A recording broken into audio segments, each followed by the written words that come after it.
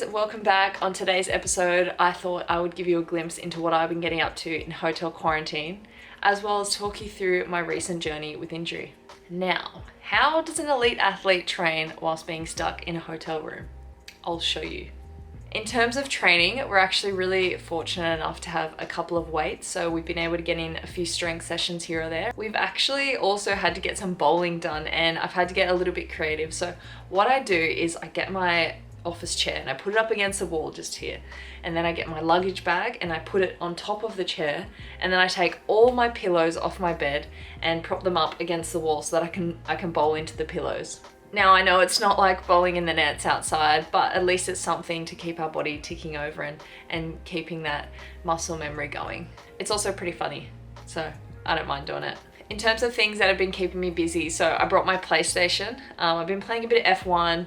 I gave it away a little bit because Monaco circuit was doing my head in, so I just needed a little break. So I went and played Tomb Raider instead, and I actually finished Tomb Raider. So unfortunately, I now have to go race at Monaco. Also, the only thing that I've been watching is Gordon Ramsay's Uncharted on Disney+.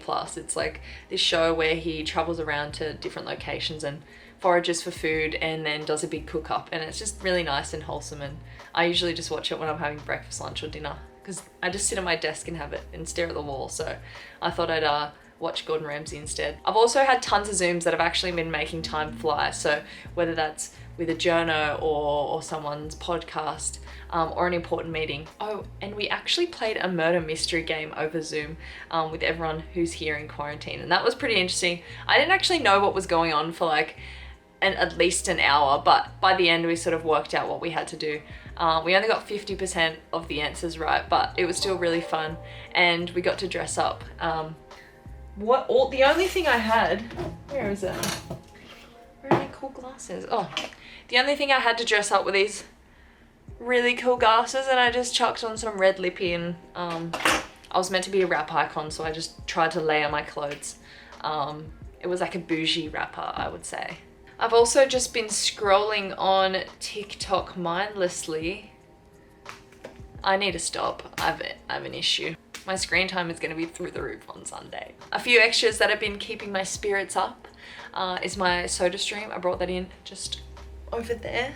And also I've just got a really great haul of snacks. So whenever I get a little bit peckish, I'll have a bit of popcorn, or we got given a lovely care package last night, and that had a packet of chips in it.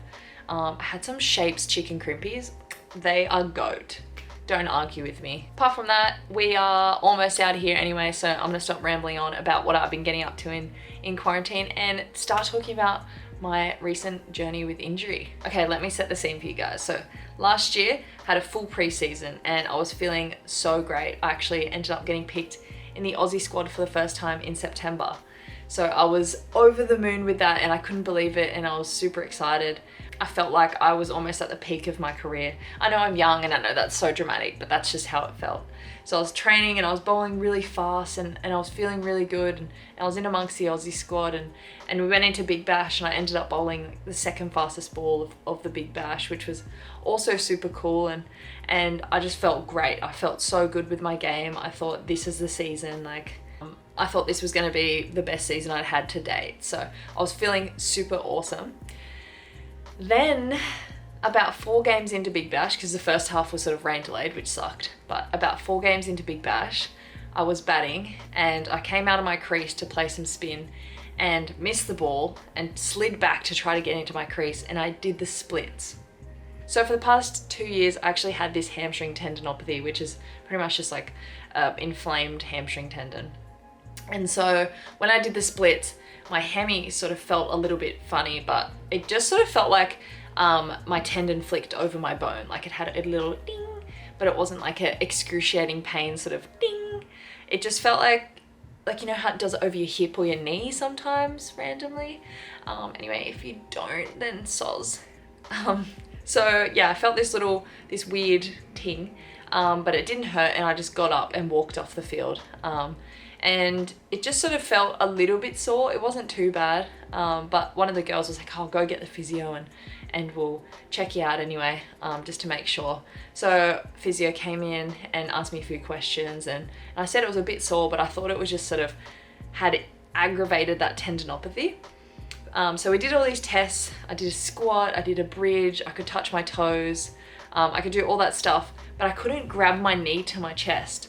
So she decided to just rule me out just in case, because we had, it was early days in the season, so we had a few games to play, and she didn't want me to aggravate it anymore, which made me very emotional.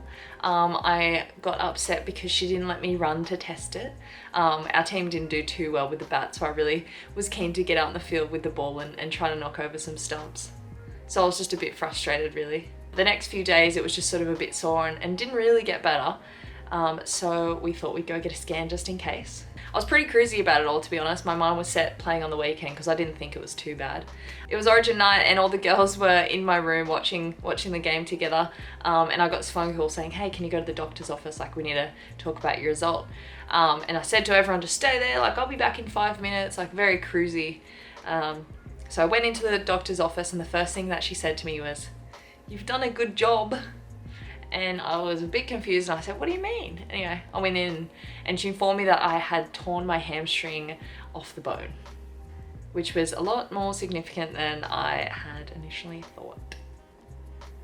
She told me that I had to go see a surgeon to discuss whether I needed surgery and that my season was basically over and I'd be out for 6 to 9 months.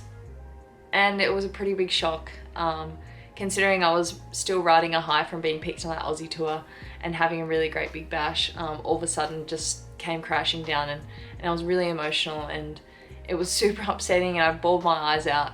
And I went back to my room and walked in and I saw my teammates there and they saw that I was upset and I just said to them, guys, it's really bad. And then explained to them obviously what happened and they were really feeling for me and super supportive. And we actually ended up just staying and watching the game together because I just needed someone around me to, you know, support me whilst I was feeling a bit down, and the game was a nice distraction, I guess, from that.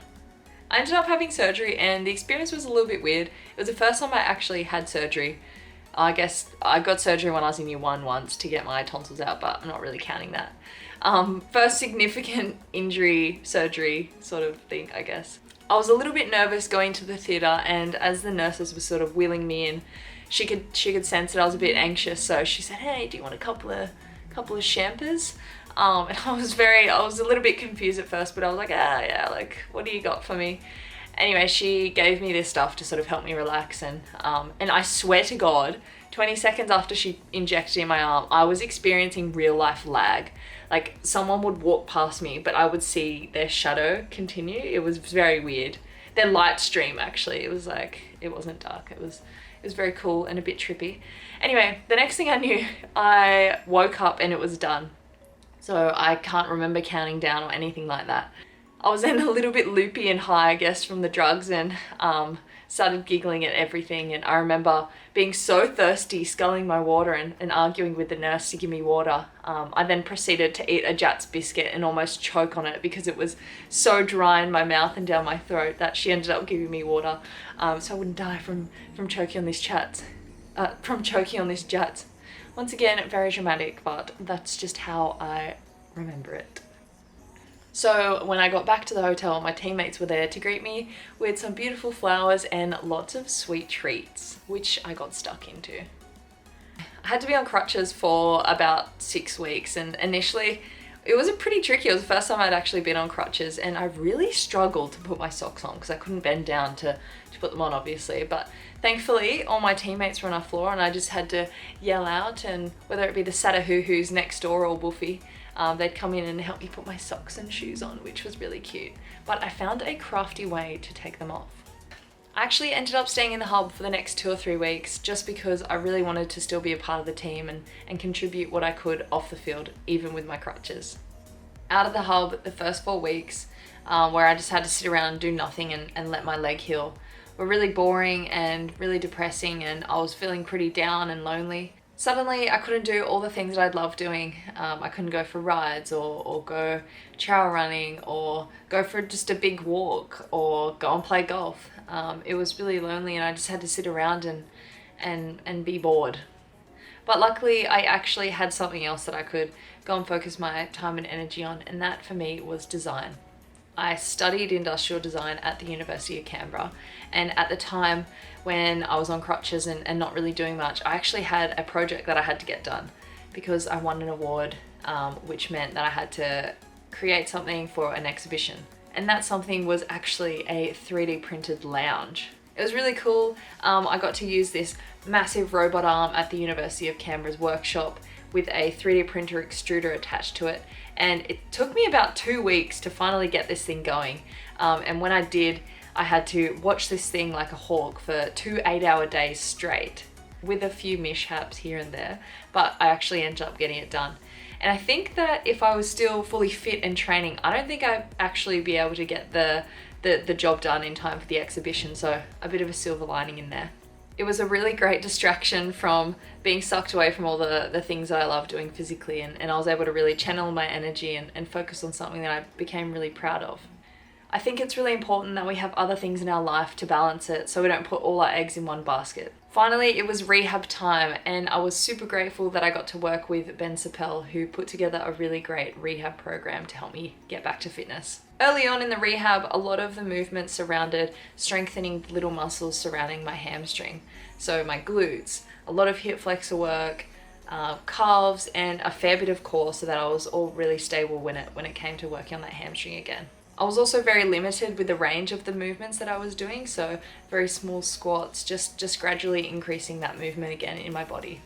I was actually home for most of that period as well, so I had to just make the most of what I had. Bands were my best friend. After having that lower intensity period of rehab, we then progressed a bit more and added in a few more movements that were going to help me get ready to run. Super easy movements that were more going to help me technically when it came to running again.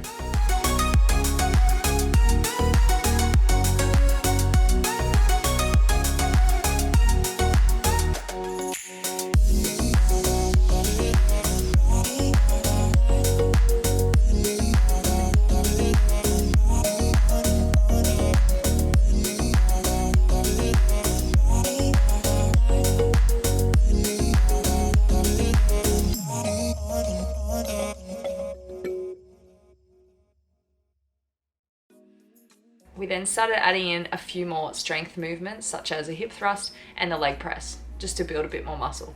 Once I was comfortably able to sit on a bike, I could then start adding in some stationary bike cardio, which was really great. It changed up my training and made me feel like I was progressing even more.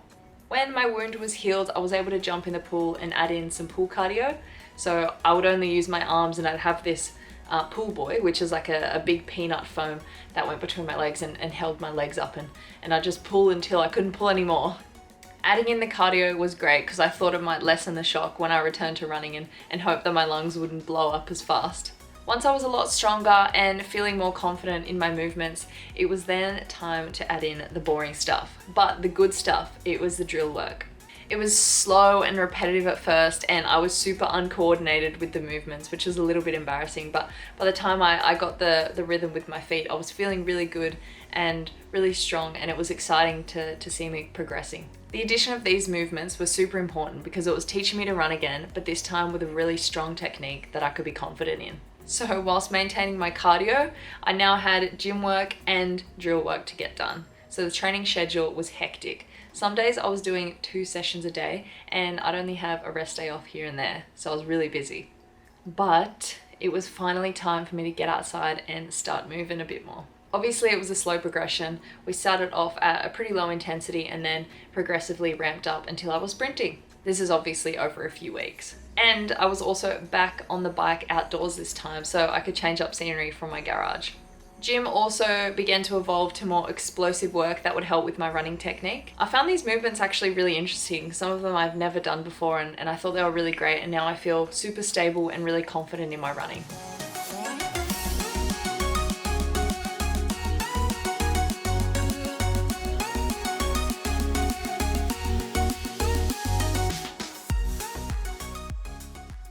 The timing actually worked out really well, and I was able to make it for the first day of pre-season. So this year I've had a full pre-season.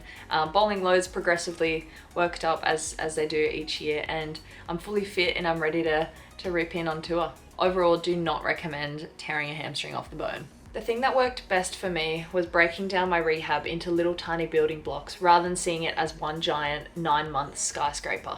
It helped me break it down and focus on this little process rather than overwhelming me with this massive timeline. Being on the sideline made me realize how much I wanted to be out in the middle. As a silver lining, it made me really determined for this season and fueled my fire even more. I really hope that you gained a bit of an insight from this episode. Make sure you comment below and let me know what you think. Also, let me know if you guys have had an injury before and how you dealt with your setbacks. Hopefully we can make a nice little community down in the comments section and help each other out. Make sure you like and subscribe if you want to see more behind the scenes footage of life on tour. The next few videos will feature a bit more of a glimpse on what we get up to off the field, as well as a bit of training footage. I also might try to pinch a few of my teammates for a Q&A. Bye!